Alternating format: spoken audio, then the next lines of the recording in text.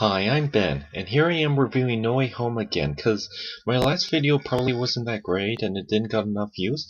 Also, I kinda wanna wear this t-shirt. This is a brand new t-shirt I bought at Giant Tiger. What I like about it is it's like a comic page, but it's Spider-Man from Spider-Man No Way Home in that gold red outfit. And as you can see, it says here Marvel issue 3, and the number is 2021. Now, this movie came out in December, but I saw it again in March with my mom. I saw it with my dad, but now I've seen it again with my mom. So, anyways, but it's interesting because I'm seeing this in 2022, and I'm going to see a Batman movie in 2022. But what's interesting, no wait, I think I saw Spider-Man No Way Home in February, but with that said, it's interesting because I saw a Spider-Man movie and a Batman movie in 2022, but which is interesting because 10 years ago in 2012, we had Amazing Spider-Man and Dark Knight Rises. So if you really think about it, 10 years later, 10 years ago we had a Batman and Spider-Man movie, and now 10 years later again we have a Batman and Spider-Man movie. Isn't that funny? Well, how 10 years, a decade can go by. But with that said, yeah, I really love Spider-Man No Way Home. I love seeing like the actors return to their old parts. I love seeing them again. I love seeing like because the movie first started out like the Marvel logo and the Columbia Pictures Sony logo, but they recap from Far From Home where they're like, we come to you now live from Mysterio's news camp, because remember in Far From Home that mid-credit scene with the news, and it was like Spider-Man's real name is Peter Parker. It's like, oh my gosh, Spider-Man's Peter Parker and he killed Mysterio. Now I won't lie to you. When I was little, and even now, I hate misunderstandings. Like, I hate it. I hate where characters get framed, or I really hate when the public, like, riles against, like, I hate this person, and it's all a misunderstanding, and I just hate that. Like, if it's to people that actually do deserve it, it wouldn't bother me, but when it's to good people who did nothing from a misunderstanding, it just really bothers me. There's not a lot of that, there's a little bit of it here or there, but they focus on other things. Now, don't get me wrong, I like certain movies that do have misunderstandings, like Who Framed Roger Rabbit, or The Fugitive, and yes, Spider-Man No Home, because they do focus on fun stuff. But yeah, so everyone's trying to. So Spider-Man is framed for a crime he didn't commit, but then later in the movie, they try to stay at Happy's home or thing, and you know that mask that Happy is sleeping with? This is just a funny thing to say, but my aunt and uncle have one of those. Yeah, but yeah, so and when they're staying there, it's revealed that that Matt Murdock from the Netflix series, well, formerly Netflix series, they actually got taken down off Netflix, and I think they're going on Disney Plus. I even had to marathon a lot of them before that happened. But anyways, net yeah, the Netflix, yeah, so the Daredevil from the Daredevil series, Charlie Cox.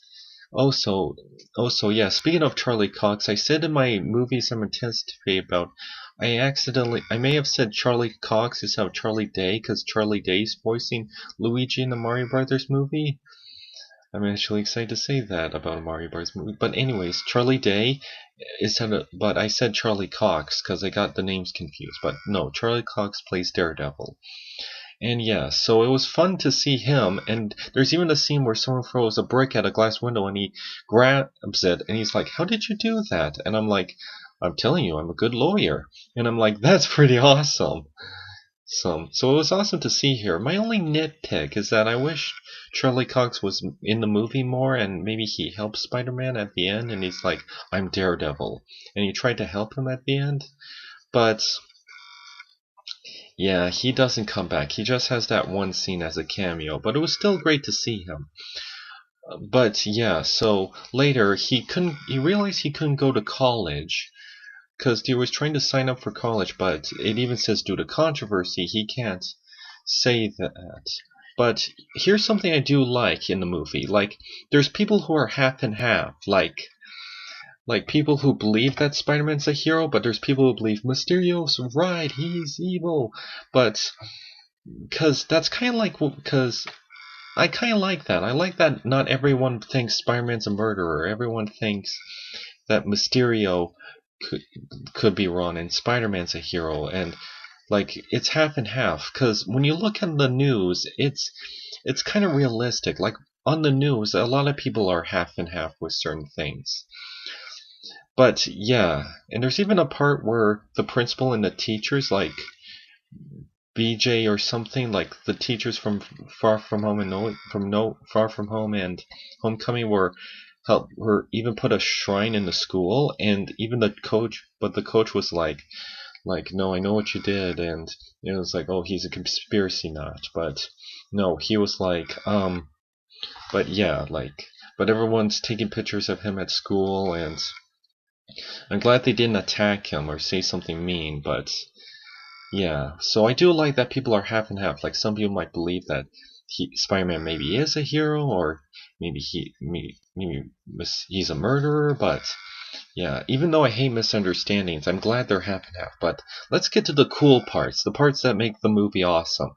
So he goes to Doctor Strange and tries to tell him, well, okay, everyone's like, this is really hurting a lot of people, including my friends. So do you think you can make it like it never happened? And he goes to this spell room where he tries to catch a spell that the entire world can forget Peter Parker. Also, I want to point out that it's cool to see Doctor Strange in this movie because Doctor Strange was also created by Steve Ditko and Stan Lee. Because when Stan Lee Stan Lee created all the Marvel characters, but he also had help with like Jack Kirby and Steve Ditko. But what's interesting is that Stan Lee and Steve Ditko worked together to create Spider-Man, and then they also later worked together to create Doctor Strange. So I do think it's cool to see a Steve Ditko and a Stan Lee creation in one movie. I do find that kind of cool. But yeah, yes, Doctor Stephen Strange tries to. Wait, Steve Ditko, Stephen Strange? Oh, did he name it after myself? But himself. Anyways, so Stephen Strange was like, the entire world's gonna forget Spider-Man, and it's like, wait, do you think you wait everyone? What about my Aunt May? And he's like, okay, everyone except for your Aunt May. Oh wait, what about all the other people? Okay, how about this? And then it goes. And then everything gets messed up. It's like something crazy happens. I was like, oh no. But I'm like, why can't. But then he's like, why couldn't you just go. But then later they're like, why couldn't you just go to the person and talk to him about the school thing and maybe get yourself.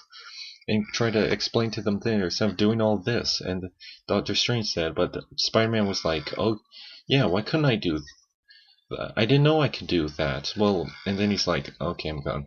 So then he goes to the lady in the car and tells him about Spider-Man, and then tells him about, I think you should reconsider, give them a second chance. But guess who's popping up?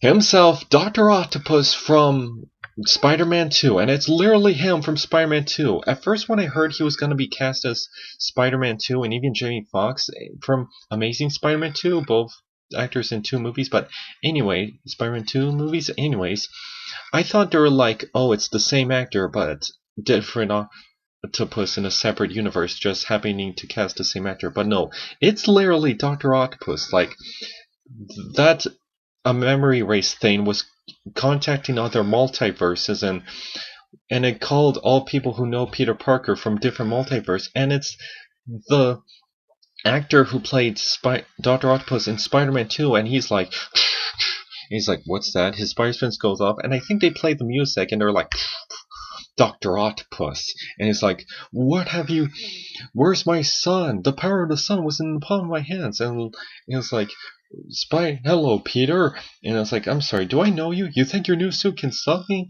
And I was hoping they do something about, because even he has robotic arms like Spider-Man in his suit, new iron suit, and And I thought they might point that out because Dr. Octopus, his arms, and I thought they might do something. And they did in the trailers, and even in the movies, they're like, looks like we got some competition. And he's like, and they tag each other, and he's like, your nanotechnology suit is pretty impressive, and goes on him, but then he's remote controlled, and that's pretty awesome. And then he saves the lady from the cart that he was trying to talk to, but Peter does. And then he's like, Peter, you saved my life. I'll reconsider. I'll talk to the board about hiring about letting your friends in. But then, but then, but then, guess who comes out? Green Goblin, Willem Dafoe, Green Goblin. He shoots a ball, and he's like, ha ha ha ha ha. And I think they play the music, and then they were like. And they're like, who's this guy? And then a portal comes, he picks up Dr. Octopus and puts him in the machine, puts him in this prison thing, and then you also see the lizard from the first Amazing Spider-Man movie, and then Dr. Strange's like, you called all different people from the multiverse, and now you have to help us get it back. But then they're like, okay. And then they're like, whoa, what? And it's like, well, there's this green guy. He looked like a green elf. And it's like, well, go find him now. No, and it's like, and Dr. Octopus was like, who is that? I'm Dr. Otto Octavius. And they're laughing at his name like, no, seriously, what's your real name? I heard fans were a bit frustrated. And don't get me wrong, I can be kind of like that if I'm frustrated. Something like that. But I guess the name Otto Octavius does sound a bit silly, but... Hey, they let names like Quentin Beck and Adrian Toomes, so those names sound just as silly. But hey, but hey, I don't mind the name Otto Octavius. But anyways, he tells him like that's Norman Osborn. He was a brilliant scientist, and he's like, go find him. But then when Spider-Man goes find him, he was like, he finds Electro in the blue. Spider-Man goes to this power line place in the forest, and he has this new gauntlet that Doctor Strange made for him. And then he was like, oh, and I forgot to mention, there's a scene where Dr. Octopus unmasked him. He's like, you're not Peter Parker. And I saw that in the trailer. I'm like, oh, you better bring Tobey Maguire and Andrew Garfield into this. Oh, and we'll get to that later. But anyways, so then Spider-Man goes to these power lines trying to find Green Goblin, but in like a new black suit that I think it was his other suit he turned inside out, and with a magic gauntlet that he can teleport the creatures, the villains, but then all the blue energy creates a blue lightning man, and it's the Electro from Amazing Spider-Man 2, and he was like, who's that guy? I probably might teleport him.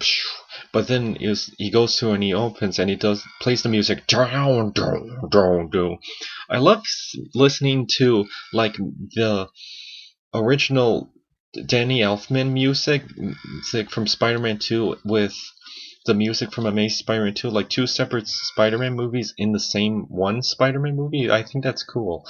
But then you also see Sandman. You see Sand moving in the forest, and you see Sandman saying, "It's like Peter, it's me, Clint Marco. I'm here to help you." I was like, okay, and then he stops Electro, and then Electro, Jamie Foxx is like bare naked, and he's like, "What am I?" And he gets these fireman clothes, and he puts them on, and he's like, okay, I gotta teleport you. And Sandman was like, what'd you do? This is gonna be hard to explain, but I'm Peter, but not your Peter. Teleport you. And then they do some funny bickering with each other, with the other villains. Like Electro. Like he has a different face from the other movie. Like his teeth aren't connected together and he doesn't wear glasses, or his hair. And they even pointed out, like, did you get a makeover? The lizard said, it's like, oh, yes, you... It was like, wait, Dr. Connors. And, oh yeah, he was a brilliant scientist, but he turned himself into a lizard. I was like, I know you, you're Max Dillon. What happened to your face? Did you get a makeover? And I liked how they pointed that out, because people were like, wait, why did that make over his face in Amazing Spider-Man 2? Like, a lot of people, like, when that movie came out, people were like, why did that happen? But, yeah, it was funny that they pointed that out, but... Sorry. Um, so, but speaking of like Kirk Connors, I was kind of hoping like Doctor Octopus or would say, wait, this is Doc Connors, because even in Spider-Man 2, the original Spider-Man 2, he was like, oh, sorry. Like even in Spider-Man 2, in the original Spider-Man 2, he was his version of Dr. Connors was in there, and he's like, Dr. Octavius was a friend of mine, but I was kind of hoping it was like Dr. Octopus can say like, wait, that's Dr. Connors? I know a Dr. Connors in my world, but he's not a lizard. I was kind of hoping they'll say that. Like, there's a few missed opportunities they did there. Like, remember in Spider-Man 2 where they said, oh, Doctor Strange, and Jameson was like, that's pretty good, but it's taken. I was kind of hoping it's like, wait, like, like, like Doctor Octopus can go in him and say, wait, you're Doctor Octopus? Wait, you're Doctor Strange? I know a Doctor Strange in my world, but I never met him. Like, I heard of a Doctor Strange on my world. I kind of was hoping they say that, but they never did. But I feel like that was a bit of a missed opportunity.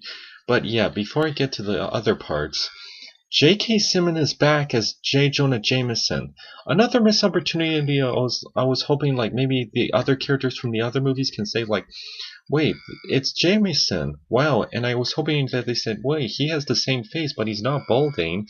I was hoping it's like, wait, he has the same face, so Peter has a different face in this universe, but Jameson has the same face in our universe. Like, I was hoping they say something like that, but no, they didn't. But anyways, I sorry, the fan on my laptop is broken, so I has to keep this quick, and I've already reviewed this for 16 minutes, so to keep it short, I love seeing J.K. Simmons. So Spider-Man finds Green Goblin at Aunt May's feast place, and I think that was a nod to the video games, maybe. So anyways, he brings them here, and I like that they pointed out like, oh, it's like, this is my friends, Ned and MJ. Mary Jane? It's like, it's Michelle Jones, actually. I'm glad they finally point out that her name is Michelle Jones, because a lot of people thought, oh, MJ, so that's Mary Jane Watson? And I'm like, no, that's not Mary Jane. Her name's Michelle Jones. I knew this from looking this up and hearing people mention that, but a lot of people thought, no, she's Michelle. I was like, no, she's Michelle Jones, not Mary Jane. She's someone else. But they finally clarified that in the movie, thank gosh. But anyways, so they saved everyone, but they go to the apartment and they fix everything, try to help them. And I like the parts where Electro looks at the arc reactor, like Iron Man's arc reactor. I thought that was kind of cool nod, like, because yeah, they would like that. But anyways, it's revealed that Green Goblin is still evil, and he tries to attack him, and then he tries to attack Aunt May, and Aunt May says the line, with great power comes great responsibility. I haven't heard those words in a long time in movies, but yeah, here's the plot twist. They kill off Aunt May. Yeah, Aunt May dies. And then, and it's really sad. And then Green Goblin, he gets a new suit. Like, I saw him in a trailer, and I thought, oh, is that a different Green Goblin? But nope, same Green Goblin, but in a purple little coat thing. That's kind of a nod to the comics, but he smashes his Green Goblin mask for some reason. But anyways, he gets sad, and here's the best part. He's like, but yeah, there's like a big epic. I forgot to mention, there's like a big epic fight with Doctor Strange and Spider-Man, and they're like, we can't kill these people. It's too late for them. And I do like that they went to the mirror dimension. They tried to figure this out, and I thought that was pretty cool. But anyway, so yeah, there were a lot of cool scenes in this movie, but Spider-Man. But anyways, so Ned finds this rain thing that creates portals, and he's like, find Spider-Man, and guess who comes into the picture? Andrew Garfield as Spider-Man. Yeah, I was hoping they're like, well, if you got these guys, now this is an opportunity you couldn't miss. Like, if you're getting back the old villains from the other movies, and they're clarified as the old villains from the other movies, yeah, no, shoot, you gotta bring the old villain, you gotta bring the old Spider-Mans, and they're finally doing a live-action Spider-Verse movie in a way, and this makes sense, and now Andrew Garfield, and I really like, and he's in the Amazing Spider-Man 2 suit, and I do like that suit better. It's more faithful to the comics, and it's good that he interacts with each other, and then they open another portal, so I try to find Peter Parker, and guess who comes out? Tobey Maguire as Peter Parker. Oh, I haven't seen him in years. Oh, it's good to see the old crew back together, like old. And he's really older now. Like, I heard he was 41, the same age when Willem Dafoe first played the Green Goblin in Spider-Man 1, but I was so happy to see because Tobey Maguire was the Spider-Man I watched as a kid, and now I get to see him again as an older adult. Like, that's exciting. Like, that was really exciting to see Andrew Garfield and Tobey Maguire kind of interact with each other. Like, the part where they web at each other and like, whoa, you're Spider-Man and you're Spider-Man? Hi, yeah, hello. And then they try to like, we gotta find Peter Parker, you're Peter Parker. And then they talk to each other and it's like, when I lost Uncle Ben, I was sad. When I lost Gwen, I was sad and it hurt. And I like that they are like, it turned me bitter, but I had to learn to move forward. And they help their version of Peter Parker and they go into the science lab. And yes, they do the pointy thing at the lab. They're like, wait, which Peter Parker? This one, this one, this one? As a nod to the 60s. I actually didn't know that was a meme until Spider-Verse pointed out in the credit scene. But it was really cool. Like, the pointing thing, and that was really funny. And it is a funny scene. But anyway, so they go to the... So they try to bin... And I like that they point out, like, Tobey Maguire's Spider-Man was like, wait, why? Wait, what is that? Oh, it's stuff from my whip fluid. But then he points out that he doesn't have whip shooters, it just comes out of them. And they even pointed out, wait, how does that come out of you? Does it come out of other things? I like that they pointed out, like, he's the only one that doesn't have web shooters. And I like that they go to the Statue of Liberty, which has an American shield. And I like that they get along with each other and are very nice, and they're like, and he's like, no, you are amazing. Like, Tobey Maguire says to Andrew Garfield, like, you are amazing, which kind of like, and I like that they were nice to him, like, because the other two movies he was in as Spider-Man only had 2 movies and they didn't do super well at the end. But I like that they helped him out because Andrew Garfield was a pretty good Spider-Man. Anyways, so Spider-Man, so here's a little part I had a problem with. Norman Osborn mentions my Oscorp doesn't exist in this universe. And even with the Andrew Garfield and Tobey Maguire Spider-Man, it's like, wait, who are the Avengers? We don't know them. You don't have the Avengers? No. So basically, Oscorp doesn't exist in that Marvel universe, and and the Avengers don't exist in their universe. I thought that was kind of bugged me a little bit because that wasn't kind of being faithful to the source material, either one. But yeah, because Oscorp doesn't exist in the MCU, which is disappointing. But well, maybe in the Doctor Strange in the Multiverse of Madness can do something about that. But anyways, they're on the Statue of Liberty, and they have a cool fight scene with the battle with the villains, and they're like, "You're not gonna take this away from me," like Electro. And I like his design because when I saw Spectacular Spider-Man, I thought, the Spectacular Spider-Man Electro can really work in live action, and they kind of did that. Like, instead of him, because you know how in the comics he has like this lightning starfish face mask that he wears? Like, obviously that would be too silly to do in live action, but they kind of do it like have lightning created on his face, like that I think works better, and it's like, and I like. And Dr. Octopus actually helps at the end because they put a chip in the later movie. Forgot to tell you that, but he helps them, and they vent machines to turn them back to normal, and Flint Marco and everyone. But then at the final end, and I like how nice they were to each other. And I like that they point out, Electro was like, I was kind of hoping you'd be black. I'm like, oh yeah, but that's okay. There's probably a black Spider-Man, which was a nod to you know who.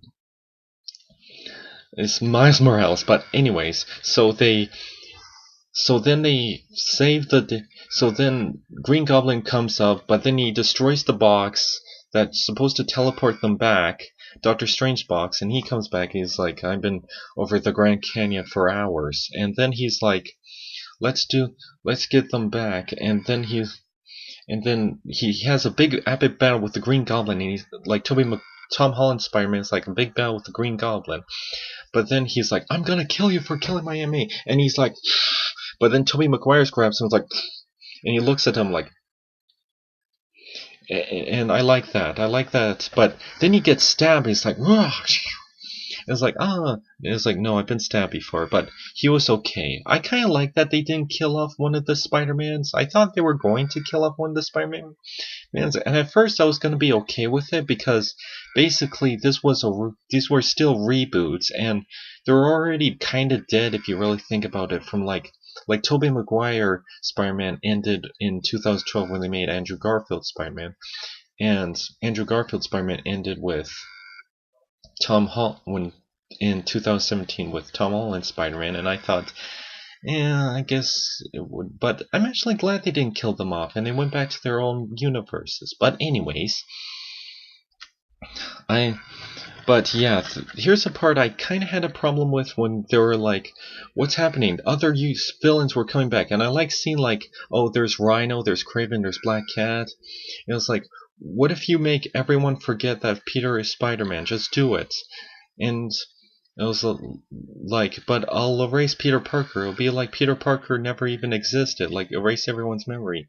And that's the sad part. And then he erases everyone's memory, and then Doctor Strange connects the spell, but now I'm like, who remembers? Like, do people remember Spider-Man? Does Happy remember working with Spider-Man, but doesn't remember Peter Parker? And there's a sad scene with the cemetery, and Peter was like at the cemetery, or at Aunt May's grave, which is a lot of things you see in these Spider-Man movies. Everyone's at a cemetery. Like, think about it. Like, what I like about Homecoming and Far From Home is that they weren't at another cemetery. But, yep, but in the other movies, they're at cemeteries a lot and funerals. But here, again with the cemetery. But it makes sense. He wants to visit Aunt May. But also, I should mention, like, there's also a funny scene where, before that, like, because in the comics, Ned Lee becomes Hobgoblin, and people were kind of suspecting that, and Tobey Maguire's Spider-Man said to Ned, like, yeah, I had a best friend, he tried to kill me, and then he died in my arms, and Ned was like, oh, I would never do that to you, but who knows what's gonna happen. But anyways, in the next film, you drink water. But anyways, later in the film, after they erased the memory and all the sad parts, like Ned and MJ saying goodbye to them, there's like a part where they go to the donut shop and try to be like, okay, and he's trying to say, hi, it's me, Peter Parker. I know you don't know me, but hi. But then he tries to explain it, but he thinks it would be safer he's not in their lives, and just to protect them, which is pretty sad if you really think about it, but I'm gonna miss them. So that part I thought was pretty sad, but now he's in the apartment all alone, which is kind of sad because I kind of like that he has friends together, but some fans actually prefer that with Spider-Man, but I like that he kind of had friends in this version. But maybe he'll make new friends in the next movie, hopefully, but hopefully there's someone he can contact, but I like the scenes where he has the Lego Death Star, and then there's Emperor Palpatine, and then and that's our Star Wars and Marvel crossover for us. And then he puts Lego Palpatine, and then he makes a new suit that's not the high-tech Iron Man suit.